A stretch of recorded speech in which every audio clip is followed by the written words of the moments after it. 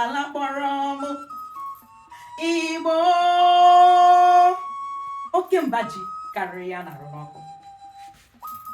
Igbo bụ Igbo, abịa m ịrụ ọrụ Chineke pụtara m ka m rụọ. I come decorated in the pattern of the old, in a providing wisdom of my ancestors. For lost is he who does not know the footstep of his ancestors. Nna m sị na onye kpọọ ọba ya ọkpọkọrọ, ụmụaka were ya gwuo egwu. Igbo asị n'isi aka nwata bụ ọfọ ya. Ọkwasị ụmụ ya, onye tụrụ ji ya tụrụ mgbọrọgwụ. Maka onye nwe ji bịa bụrụ ji ka ha mara na mgbọrọgwụ bụ nni ọkwa. I speak to you in the language of my ancestors, for I am a seed my father planted, the flower my mother nurtured. And today I bring to you a message from Igbo SUBA Igbo, for I am a messenger and the message.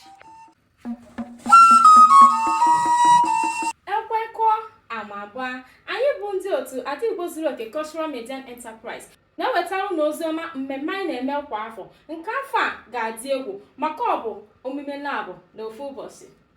Aka nne m wee bụrụ maka nkwado anyị na-akwadobe ụmụ akwụkwọ junior secondary. Ilegara nke anya ka anyị mara na ụmụ anyị a na-asụzikwa Igbo n'ụlọ akwụkwọ ka ọ bụ onye sụ Igbo ndị nkụzi apịa anyị ụtarị. Aka ekpe m wee bụrụ Igbo SUBA Igbo Cultural Beauty Pageant, ebe anyị ji ngala nekwa umeala na obi ọcha wee kwado asụsụ Igbo. Nke bụ onye na-elele ihe onyonyo a, ọkwa ihe Igbo na-amasị gị, ọkwa ịbụrụ nwafọ Igbo, anyị na-enegara anya ịfụ ntụziaka nkwadobe gị n'ụdị dị iche, n'ije okwu maọbụ n'okwu ọnụ maọbụkwa ego, maka asị na onye were egbe na-achụ enyi ọsọ obi esie ya ike. Ọ ga-amasịkwa anyị ịfụ unu n'igwe maka na ndị be anyị si na gidigidi bụ ugwu eze. Unu n'anya n'ekwentị unu ugbu a, unu ga-afụ ụbọchị nakwa ebe emume a ga-adị, nke isiokwu ya bụ Igbo SUBA Igbo. Ndị be anyị ka o mesịanụ.